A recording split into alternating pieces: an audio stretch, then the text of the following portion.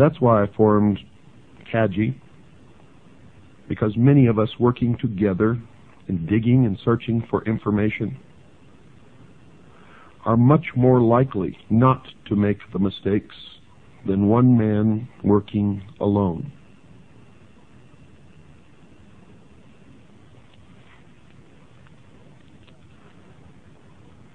Let's go back now to the beginning, when man was in his infancy on the evolutionary scale of development.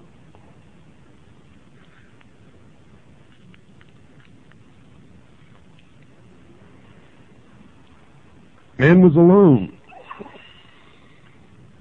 Alone in the sense that he did not have all of the help and the knowledge that we have today that enables us to survive.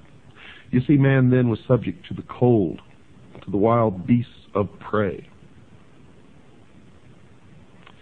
He didn't have a home, didn't have air conditioning in the summer, didn't have heating in the winter, didn't have medical doctors. If he became ill or injured, was most likely to die. So it did not take ancient man very long to decide that in this world the single greatest enemy to be feared was the darkness of night and all the unknown dangers that came with it. And simply stated, man's first enemy was darkness. Now, understanding this one fact alone, one can readily see why the greatest and most trustworthy friend the human race could ever have at that time was, by far, heaven's greatest gift to the world, that glorious rising orb of day that we call the sun. And that was the beginning of the battle between light and darkness. And it was man's first understanding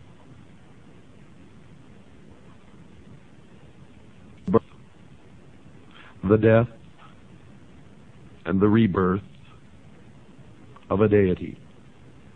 For the sun rose, was born in the morning, traveled across the heavens, where it reached its most powerful point, the zenith, and that will explain why so many things occur at noon or near noon,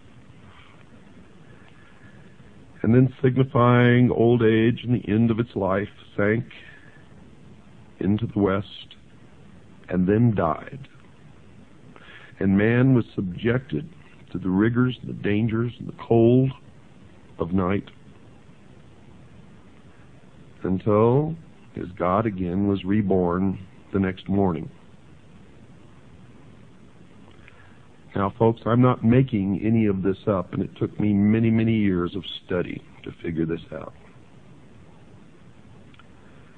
Man noticed that the moon also rose,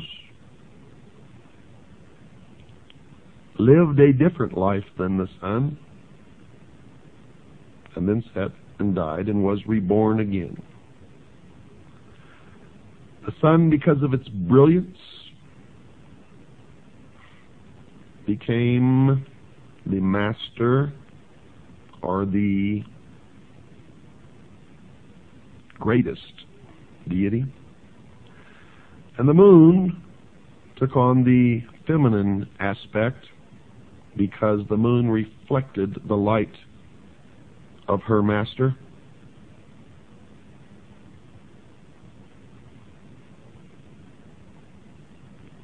And all of this will begin to make sense to you eventually as we go through this, because from now on, every program that I do is going to be devoted to this, to the explanation of the esoteric religion, the ancient mystery religion.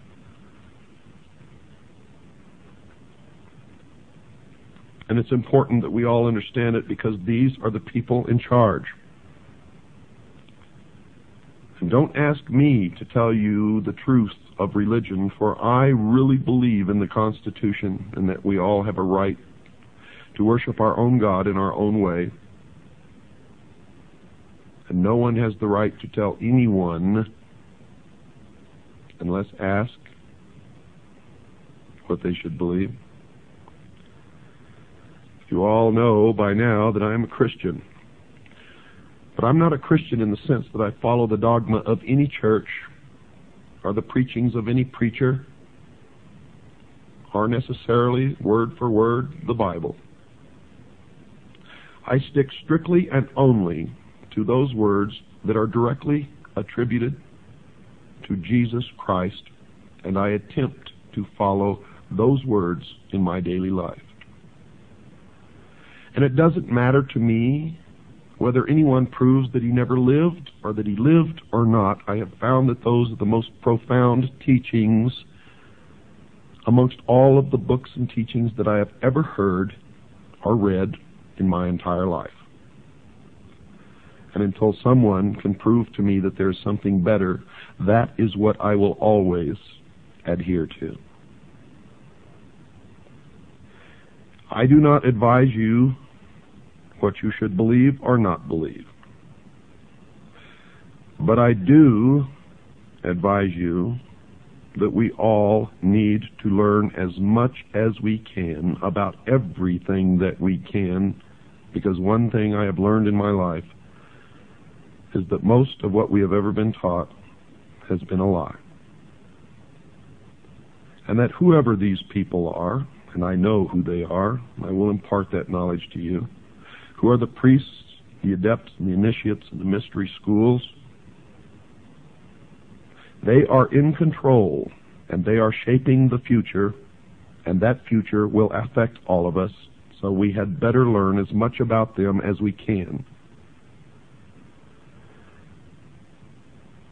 You cannot identify an enemy unless you know the enemy, and you cannot fight a battle if you know nothing about the battle tactics of your opponent.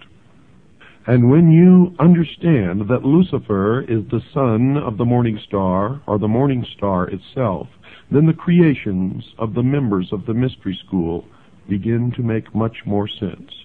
Good night, and God bless you all.